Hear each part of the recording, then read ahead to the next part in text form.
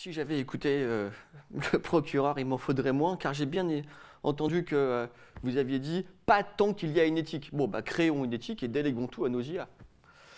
Euh, Mesdames, Messieurs, les jurés, évidemment, c'est aussi à vous que je m'adresse ce matin. J'aurais préféré m'adresser à de bonnes intelligences artificielles plutôt qu'à des êtres humains imparfaits tels que vous l'êtes. Mais, hélas, la justice humaine a encore cours de nos jours.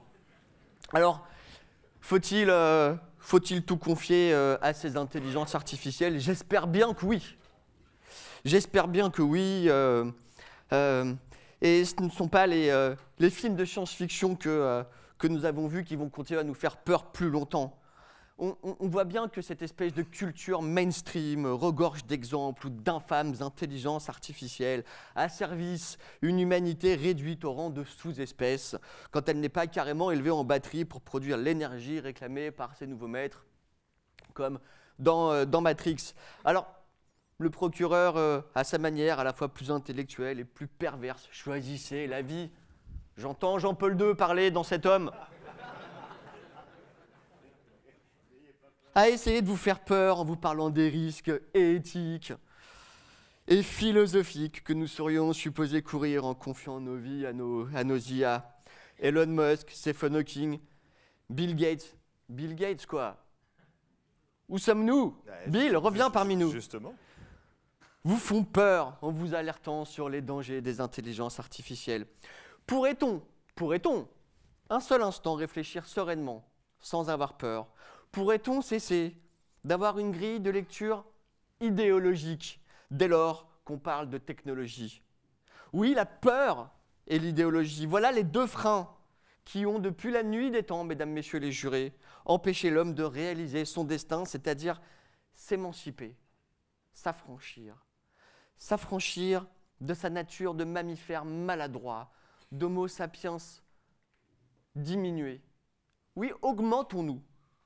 La peur et l'idéologie. La peur qui fait dire que la Terre est plate. La peur de voyager pour aller à la rencontre de nouvelles contrées, de nouveaux peuples. L'éternelle peur du changement. Et l'idéologie. Cette idéologie qui nous enferme dans l'obscurantisme dès lors qu'il s'agit de concurrencer Dieu sur son propre terrain et d'améliorer notre condition en tant qu'espèce. Au secours, l'imprimerie va diffuser les savoirs, assassiner nos traditions orales. Que vont devenir les troubadours? Au secours, la voiture va remplacer le cheval. Il n'y aura plus de maréchaux ferrants. Schumpeter, reviens. Au secours, l'être humain va jouer aux apprentis sorciers en utilisant l'électricité. Ah, l'électricité, l'œuvre du diable. Vous êtes tout entier, arrête. Et aujourd'hui, on voudrait nous faire croire que l'humanité, en croisant son destin avec l'IA, en augmentant ses capacités, va devenir esclave. Mais si on avait écouté les gens comme vous, monsieur le procureur, on en serait encore à conduire des voitures avec des roues carrées. Avec l'intelligence artificielle, mesdames, messieurs les jurés, c'est tout le contraire qui est en train de se produire. D'esclave, l'être humain est en passe de devenir son propre maître. Et oui, c'est comme ça que ça fonctionne. Alors j'entends déjà dire, faut-il tout confier à ces intelligences artificielles? Ne pourrait-on pas confier quelques aspects de notre vie sur Terre? Mais pourquoi quelques aspects? Non, allons-y. Confions tout à nos intelligences artificielles. Confier aux IA la gestion des affaires publiques contre les corrompus et les incapables qui nous dirigent. Lui confier l'organisation de nos villes pour fluidifier et améliorer l'existence de milliards d'individus. Confier aux IA la tâche de conduire nos voitures, oui, bien sûr, de piloter nos trains et nos avions, comme c'est déjà le cas en ce moment. Car une IA, figurez-vous, ne s'endort pas au volant, n'est pas attrapée par la patrouille avec 3 grammes dans le sang et ne conduit pas en faisant n'importe quoi. Confier aux intelligences artificielles, on l'a vu, notre santé, évidemment, sans passer par des médecins qui jouent avec nos vies et enchaînent les erreurs de diagnostic. Confier aux IA le soin de nous divertir, d'écrire des livres, de faire des films, de composer de la musique, de peindre des tableaux. Franchement, entre nous, est-ce que vous ne pensez pas qu'un bon roman rédigé par une intelligence artificielle serait plus intéressant qu'un best-seller de Virginie Despentes? Oui, aussi, confier l'éducation de nos enfants à des intelligences artificielles qui seraient éduquées par des professeurs virtuels et, si possible, pas syndiqués à la FSU. Ou pire, HU d'éducation. Confier aux IA la tâche d'en finir avec les guerres, qui font de nous l'espèce la plus cruelle et la plus belliqueuse de la création. Confier aux IA, enfin, jusqu'à nos désirs les plus intimes. Car s'il est difficile de se connaître soi-même, une intelligence artificielle bien programmée est en mesure de nous suppléer et de nous éviter par-dessus tout de finir nos vies allongées sur les divans de ces charlatans qu'on appelle des psychanalystes.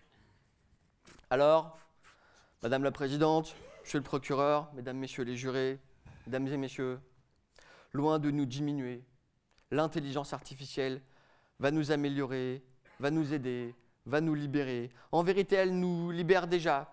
On l'a vu, des chatbots aident les patients atteints de maladies, aident les réfugiés dans leurs démarches administratives.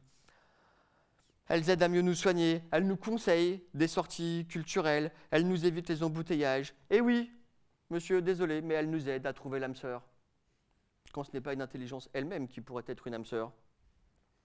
Nous en sommes déjà les utilisateurs. Que je sache, elles ne nous ont ni tués, ni asservis. Alors demain, la fusion entre la robotique et l'intelligence artificielle sera telle que la condition humaine, effectivement, mais ce n'est pas grave, n'aura plus rien à voir avec celle que l'on connaît.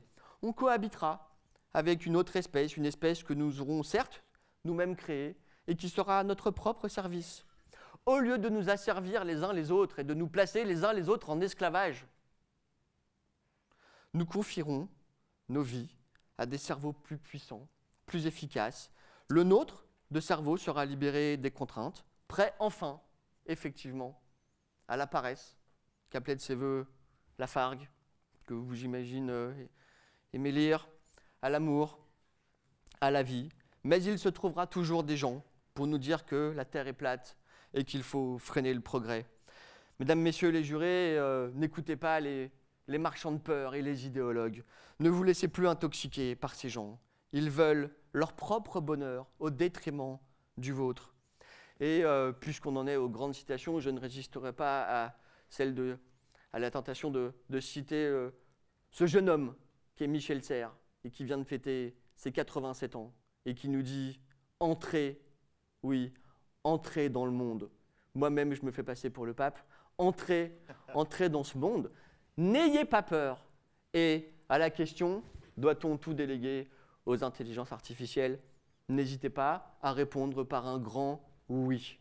Je vous remercie beaucoup.